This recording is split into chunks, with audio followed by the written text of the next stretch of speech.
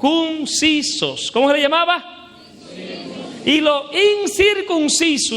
incircuncisos eran, ¿saben quiénes? Los gentiles, los paganos, los que no estaban consagrados a Dios. De ahí fue que vino la palabra gentil, de aquellos que no estaban consagrados a Dios, de aquellos que no tenían nada que ver con Dios y Dios con ellos. Nos dice Jueces en el capítulo 14, versículo 3. Entonces, vino a ser un sinónimo para Israel hasta el punto de que eran los circuncisos, los verdaderos, los consagrados, los que Dios había elegido. Y los gentiles, los incircuncisos, los paganos, los que no servían. Entonces, por eso, como ustedes pueden ver, la circuncisión, y esto se convirtió, como ustedes ven, en un tema polémico. Por eso les estoy hablando de esto hoy, porque esto fue un tema polémico. Es decir, los que eran unos desgraciados, unos malvados, unos que Dios no lo quería, estaban ahora acercándose a Dios, estaban conociendo a Dios. Cuando hoy, qué bonito cuando uno ve gente que quiere conocer a Dios. Nosotros no se lo podemos prohibir, no lo podemos alejar de la iglesia. Nosotros no podemos alejar a nadie de la iglesia. Al contrario, tenemos que acogerlo. Entonces los judíos le llamaban incircuncisos a aquellos que ellos entendían que no eran agradables a Dios, que Dios no los quería. Por eso el tema polémico de Pablo y Bernabé, ir donde los apóstoles, ir que eran muchos días de camino, vamos a discutir esto, y se fueron, y dice que caminaron, se fueron hacia allá, como ustedes escucharon, y dice que la iglesia los proveyó para el viaje, era largo. Atravesaron Fenicia y Samaria, contando a los hermanos cómo se convertían los gentiles, y oigan bien, cómo los gentiles se convertían, cómo la gente que no creía en Dios se convertía. Esto es importante. Pablo y Bernabé contando, al llegar a Jerusalén, la iglesia, los apóstoles y los presbíteros los recibieron muy bien. Ellos contaron lo que Dios había hecho con ellos. Mira, Pedro, tú no sabes lo que pasó. Mira, Pablo, mira. Empezaron a contar todas las hazañas que Dios estaba realizando. Recuérdense que la iglesia estaba naciendo. Dice, pero alguno de la secta de los fariseos que habían abrazado la fe, intervinieron diciendo, es decir, de la secta, ¿cuál era la secta de los fariseos? Los escribas y fariseos, los escribas. Algunos de esa secta se adhirieron a Jesús y ellos se opusieron, no, esto no pueden ser cristianos, tienen que circuncidarse. Tienen que circuncidarse. Para ser cristiano hay que circuncidarse. Y dice que hay que circuncidarlo, dice, y exigirle que él guarde la ley de Moisés. Pero fuerte esto, señores, esto es fuerte, esto está fuerte. Que tienen que circuncidarse. Porque ellos querían obligarlos a esto.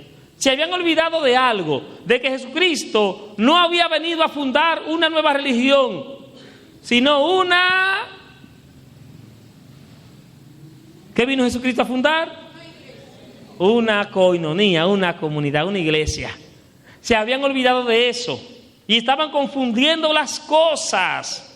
Los que eran escribas y fariseos, que se habían convertido, estaban confundiendo las cosas.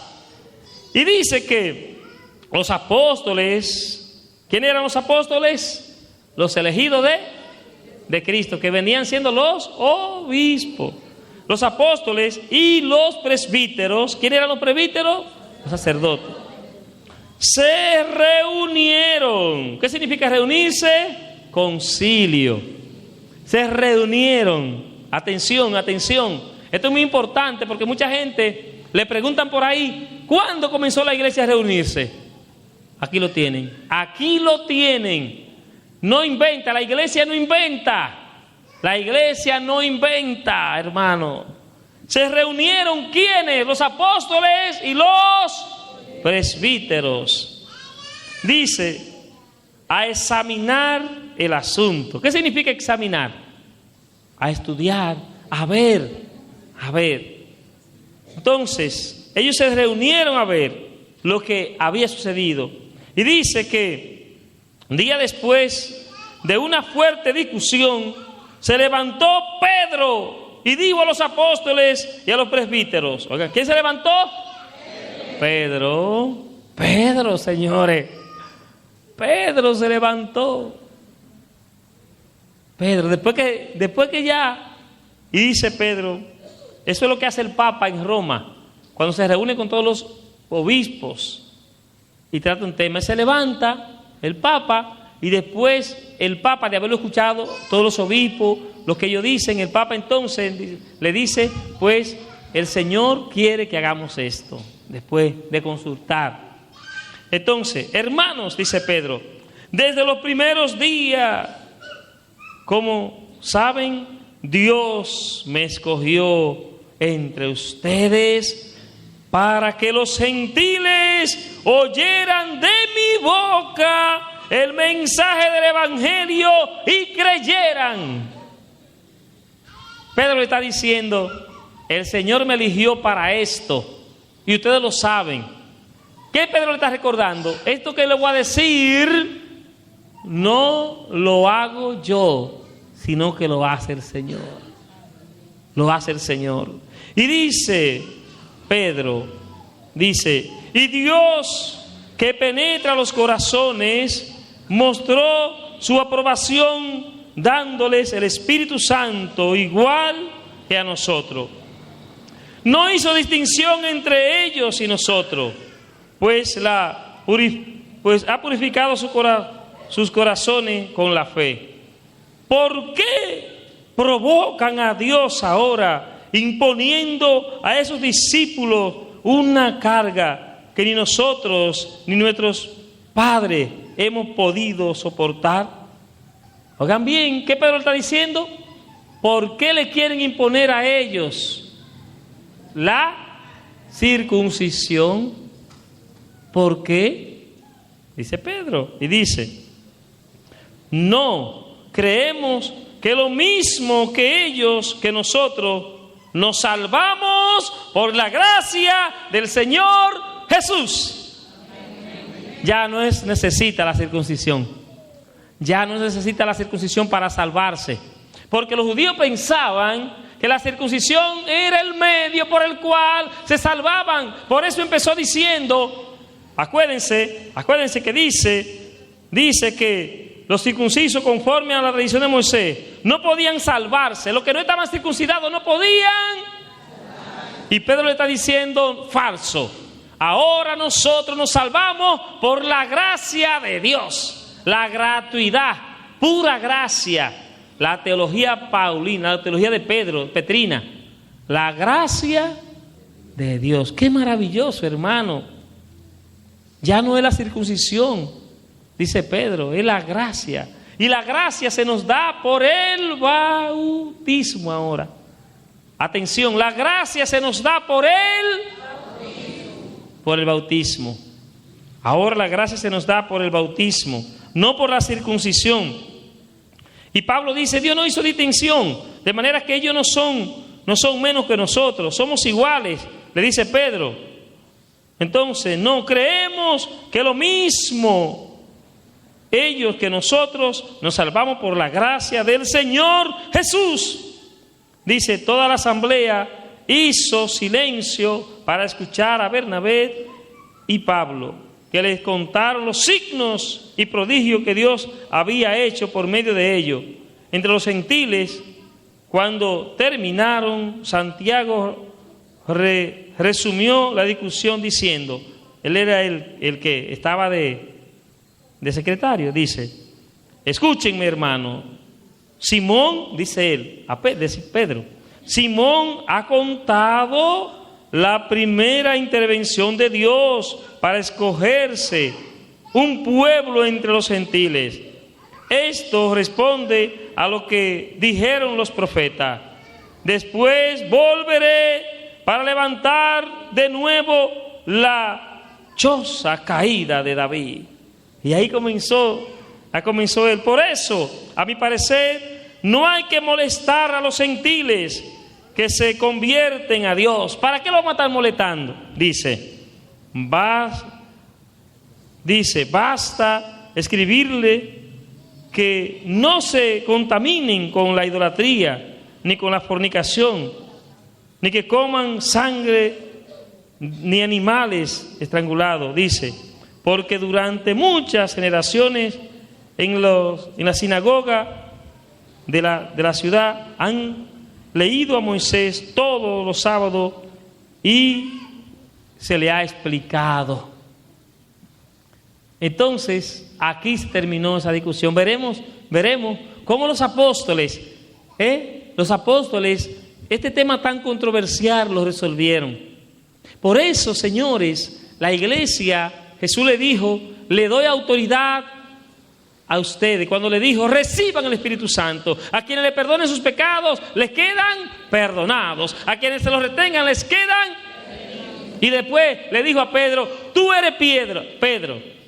Y lo que ates en la tierra quedará atado. Y lo que desates en la tierra quedará desatado. Y le dio esa autoridad. Y ahora los apóstoles, cuando esa palabra que Jesús le dijo, quien les escucha a ustedes, me escucha a mí. Quien les recibe a ustedes, me recibe a mí. Ahora Jesús, están ellos haciendo las palabras de Jesús, cumpliendo las palabras de Jesús. La autoridad recibida. Ellos están en el nombre de Jesús diciendo que la incircuncisión ya no es válida, que ya no es necesaria para salvarse, que ahora es por la gracia, es por el bautismo, ahora es en Cristo Jesús. Ya no es la antigua ley de Moisés, sino un precepto maravilloso, el precepto del amor. Oye bien, es el precepto del amor. Y por eso no podemos rechazar a nadie que quiera llegar a la iglesia. No se puede rechazar a nadie porque tenga dinero. No podemos rechazar a una gente. No podemos rechazar al pobre. No podemos rechazar al feo, al blanco, al calvo. No, a nadie se puede rechazar. A todo el mundo la iglesia acoge. Y por eso ven ustedes que la iglesia no rechaza a nadie, porque nació recibiendo a todos. La iglesia no rechaza. En la iglesia llegan los santos y los pecadores. ¿Por qué? Porque tanto los santos como los pecadores están llamados a la vida eterna, a la salvación. Y por eso la iglesia no rechaza a nadie. La iglesia no te va a rechazar porque tú no tengas ropa para venir a la misa. La iglesia no te rechaza, ni puede rechazarte. Quizás haya personas que hayan dicho, en esa iglesia, en esa parroquia donde he ido, me han rechazado, me han dado la espalda. Es persona, pero la iglesia no, hermano. La iglesia no. La iglesia es acogida. Miren cómo la iglesia acoge a los gentiles, cómo la iglesia acoge a aquellos que nadie los quiere, porque a los gentiles se les llamaba malditos, se les llamaba desgraciados, se les llamaba proscritos, se les llamaba desterrados, se les llamaba sin Dios, porque ellos no accedían a la salvación. Y ahora vemos cómo todos estamos invitados a la salvación. Es la iglesia que nace, es la iglesia que se levanta, es la iglesia que anuncia el querigma, es la iglesia que vive, es la iglesia que se goza, es la iglesia apostólica que está proclamando a Jesucristo como Salvador. Hermanos y hermanas, quiero decirte una cosa. Tú perteneces a esa iglesia. Y si eres bautizado o bautizada, perteneces a esa iglesia. Siéntete feliz, siéntete contento, siéntete orgulloso. Sí, hay que sentirse orgulloso. Hay gente que no se siente orgulloso. Como que le da vergüenza decir yo soy católico. No te dé vergüenza decirlo. No te dé vergüenza decir que tú eres cristiano.